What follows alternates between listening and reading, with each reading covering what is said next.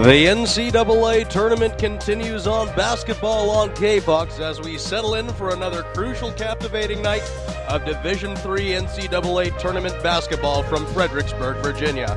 We had a bracket of 64 teams only 8 days ago, and now that has been whittled down to just 8 teams. And like the last 3 years, the George Fox Bruins have survived and made the cut as part of those final 8 teams as they took care of the Bowdoin Polar Bears last night, 71-55. And as their reward, their opponent tonight will be a powerful member from the East Coast, the number 7 nationally ranked University of Mary Washington Eagles, this weekend's sectional host, and a team that has been on an impressive tear all season long. And just like these number 3 George Fox Bruins, the Mary Washington Eagles carry an identical record of 30 wins and 0 losses into this contest. We have a dynamite matchup tonight late in March as we prepare for this Elite 8 sectional final round. The George Fox Bruins come off of one of their most impressive 2012 tournament performances out of the 3 so far, while the Mary Washington Eagles come into this game off of a compelling come-from-behind 3 last-minute win as they placed the defensive clamps on Lebanon Valley last night, winning 46-41. The stage is set between 2 women's basketball titans, one from the Pacific Coast and one from the Atlantic, who carry a combined record of 60 wins against no losses, and we have on our hands a critical game tonight. And we welcome you back to Fredericksburg, Virginia on Basketball on K-Fox, along with Chris Lumsden, Justin Sweeney on hand. Good to be here with you tonight. Chris, what an exciting night full of opportunity for these Bruins. Twice in the last 2 years, the Bruins have been in this exact position. 1 game away from the Final Four, and twice they have been turned away. First in 2010 by WashU and St. Louis, and last year heartbreakingly in the final seconds by Illinois Wesleyan at Wisconsin-Stevens Point. Tonight marks the last opportunity for the 4 seniors of George Fox's remnant of that 2009 championship squad to return to the Final Four, but speaking with them and being around them the last couple of days, you get the feeling that they're more than ready to embrace this challenge. Well, you know, Justin, we've been around this team the last couple of days, and even talking with some of them earlier on today, it just sort of feels business as usual with this group. They're very serious about why they're here on this trip. I mean, me and you, we enjoy the trip, we have a good time, but these girls, this is a business trip for them. They are all about getting the wins here in Virginia, and tonight they're taking on a Mary Washington Eagles team that has that Cinderella feel to it. Of course, they've been building this program over the last 8 or 9 years as this team has risen with their new coach, and they have become an absolute powerhouse in the Division III ranks. Both teams combined 60 wins on the year, just a tremendous mark. If you're not a fan of either the Mary Washington Eagles or the George Fox Bruins and have not been following them on a consistent basis all season long, to bring any sort of negative outlook on one of these teams seems rather laughable, considering both of these teams are a combined 60-0 coming into tonight's contest. You talk about how that Mary Washington Eagles team has a Cinderella feel despite the fact that they are undefeated. It brings to mind that George Fox team of 3 years ago that coasted all the way to the NCAA championship. Nobody expected anything from that George Fox team 3 years ago, but they plodded along, kept along on that journey, continued to win games, and you wondered when it was going to come to an end, but it never did. And the same thing happens for this Mary Washington team. You begin to question, who could knock this team down? Numerous teams have taken swipes. The target on their back grows bigger as the season trudges along, but University of Mary Washington, like these Bruins tonight, remain unscathed. However, at the end of the night, one team will have a ticket to the Final Four, and the other team will unfortunately have number 1 in the loss column. And both teams have very crucial seniors who do not want to see their college careers come to an end tonight. We talk a lot about the greatest generation of George Fox, but for the Mary Washington Eagles, namely 2 main starters for the Eagles, do not want to see it all come to a close tonight. Number 10, Jenna McRae, the senior from Springfield, Virginia. She averages 12.7 points per game. Also, number 14, Katie Wimmer. She's a senior from Vienna, Virginia. She's a 5'9 guard. She averages exactly the same as McRae, 12.7 points per game.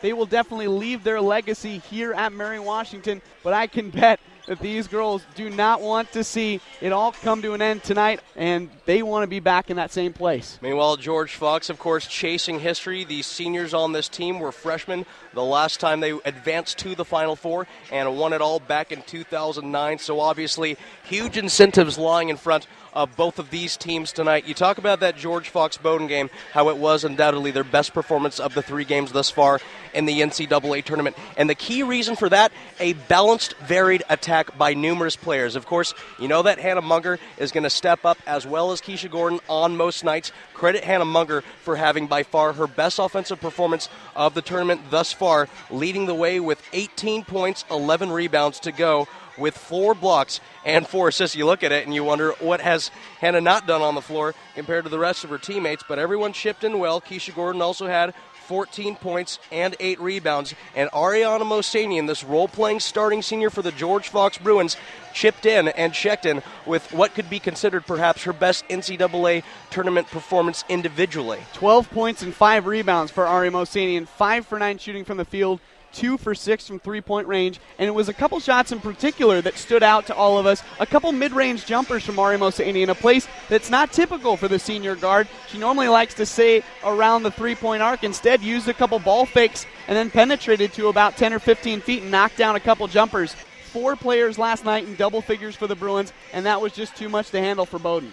And you take a look at the overall stats in that George Fox-Bowdoin game, though George Fox continues to lose the turnover margin battle now for the second time in its 3 tournament games, committing 20 turnovers compared to that of 12 by the Bowdoin Polar Bears. They make up for it for shooting from the field. It seems like when the George Fox Bruins fly a long distance, that's when they begin to find the rim. Last night they shot 27 for 48 from the field, good for 56.3%. Now, taking a look into account the other sectional games from the previous season back in 2011 when George Fox played 2 games at Wisconsin Stevens Point, first against the Pointers and then in the Elite 8 against the Illinois Wesleyan Titans. In those 3 games, the worst the Bruins shot from the field was no worse than 51%. Something about going on the road allows George Fox to develop the field goal accuracy. And they are able to focus even in the midst of a difficult opposing crowd. I mean, last year it was Stevens Point. That crowd probably about 1,500 deep. They were loud. They were cheering on their team. They were number 3 ranked in the country at that point, were the Stevens Point Pointers. Tonight, they're going to go against the Mary Washington Eagles with a very proud fan base in a brand new arena. I mean, this place gets rocking. We were here last night in their game against Lebanon Valley, and they get this place loud, and it's going to be difficult for the Bruins to focus. But like you said, they've been having tremendous success away from Miller Gymnasium. Now, if you take a look at this statistically, past tournament performances on the road for this, quote, greatest generation of the George Fox Bruins, beginning with that 2008 year timeline dating all the way up to our current day. George Fox in the NCAA tournament in purely road matchups. First against Wash U of St. Louis, lost that game, and then beat number 3 Wisconsin Stevens Point at Berg Gymnasium last year. So George Fox has been able to capture big games on the road in front of feisty crowds. Now we talk about Berg Gymnasium, a bit more of a confined gymnasium, kind of an Autzen Stadium of basketball gyms where it's not very big, but the entire crowd is peering right over your face. Now this William M. Anderson Center, it's brand spanking new, a little bit more spread out, but the way this building is constructed, the way the acoustics pile on top of you, you only need a few screaming fans to make a lot of audible noise. And in this building right behind us, the fans are going to be very loud and raucous as we expect tonight. It's kind of like Quest Field in Seattle. The other teams are going to wonder, are they piping in sound? Because there's no way it's this loud, right? But I mean, last night they really got this place rocking. But looking at this Mary Washington team, Justin, they hang their hat on defense. And tonight for them, it's going to be all about stopping the Bruins in the paint, holding their opponents to just over 41 points per game. Only 3 times all year have they given up more than 50 points in a game. Now, if you're George Fox, your first priority has to be to get the ball inside. George Fox has that size advantage. Still for George Fox, it's all about going inside, getting those easy buckets, because Mary Washington will want to force you in to the difficult shots and get you frustrated early. That's what they've done all season long. As we close in on tip-off, let's take a look at the keys to the game, beginning with the host tonight, the number 7 Mary Washington Eagles.